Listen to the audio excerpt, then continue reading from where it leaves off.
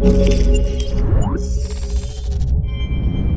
what's going on guys, Arekkz here, welcome back to another Destiny 2 video. It's Tuesday, it's reset day, which of course means I'm here to tell you guys what is new in the world of Destiny this week, and this week marks the return of the Faction Rally, or if you guys are PC players, this will be your first ever Faction Rally. It's a chance for you guys to pledge allegiance to one of the three factions, New Monarchy, Dead Orbit, or Future War Cult, and you can then work towards earning some reputation, earning some packages for them this week, and next week, when a winner is announced, one of those three factions will sell a quote-unquote powerful weapon, which you can then buy for either a small amount of currency if you are on the corresponding faction, or a large amount of currency if you are on the opposing faction. So let's start with that, and then we'll turn our attention to the normal weekly reset. Also, just before I get started, don't forget I'm currently running a giveaway for an Xbox One X console, so if you guys want a chance to win that, you can find a link to the Gleam competition in the description box down below.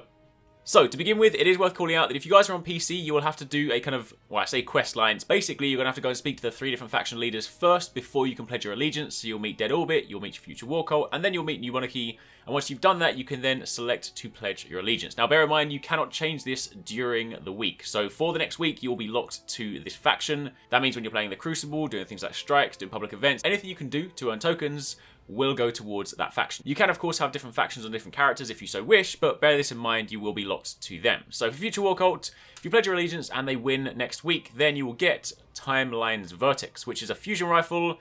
The intrinsic perk is Adaptive Frame. You then have a choice between the Spark PS or Torch HS3. You have Enhanced Battery, or you have Accelerated Coils, and you have Snapshot Sights, faster time to aim down sights. Now, whatever weapon wins, I will of course do a video on it next week so you guys can see that in depth. But either way, that is the weapon from Future War Cult. Moving over from there to Dead Orbit this time round. Now, I appreciate a lot of people play Dead Orbit, but guys, let's be serious. Grenade launchers are not good weapons. We don't need a grenade launcher as the winning weapon. So I think if you guys are Dead Orbit, maybe you can take a step back this month and decide to go and pledge allegiance somewhere else, because let's be honest, nobody wants this weapon. But either way, Truth Teller, Lightweight Frame, mixed between Confined Launch, Linear Compensator, or Hard Launch. You also have the Concussion Grenades, you have Black Powder, and you have Quick Draw. So that's the win there. But if you then jump over to the other side of the city and speak to New Monarchy, this is where I will be pledging my allegiance once again. You have a chance to win Honor's Edge, a sword. So this one has Adaptive Frame.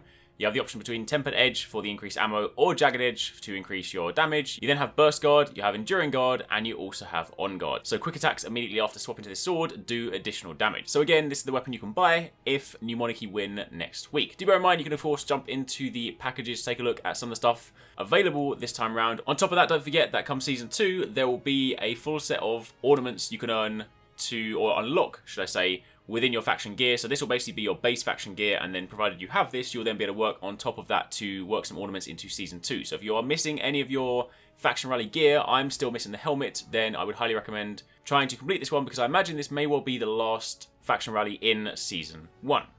So that's pretty much it. I'm going to pledge my allegiance right now to the New Monarchy, and then we can turn our attention to the rest of the week. Now, as for your raid challenge, that is actually live right now. Last week when they kicked it off, it did actually go live at 5 PM UK time, 10 AM Bungie time, but that was just to kick off the first challenge mode. Now that the actual activity is live, then every single week on reset, the next challenge will go live. This time round, it is for the Gauntlet. I will be doing a guide for that very, very soon. I hope to have that up for you guys as soon as possible to show you what you need to do, but that's live now, so if you want to jump in and attempt that, you can also get involved. But turning your attention to the normal reset stuff, so of course you have your usual powerful gear resets this time round. Flashpoint is on Nessus. You can also get your powerful gear engram for the Nightfall, the Leviathan raid, your Clan XP, and your Call to Arms. As for the Nightfall itself, this time round you're heading over to the Inverted Spire, and your modifiers are momentum, so health and shield regeneration are disabled while standing still, so you need to sprint to regenerate them more quickly.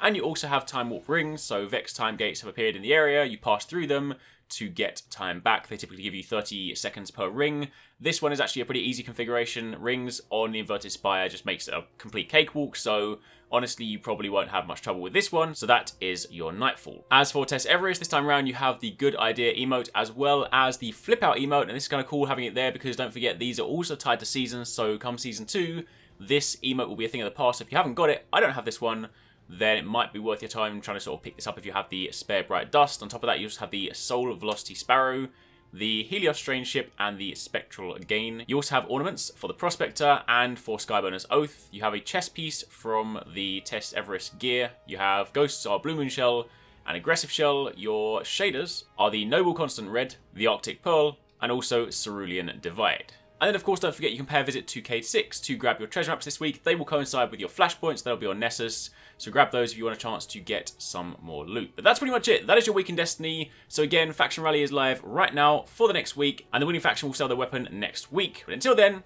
thanks for watching, take it easy, catch you next time, peace out.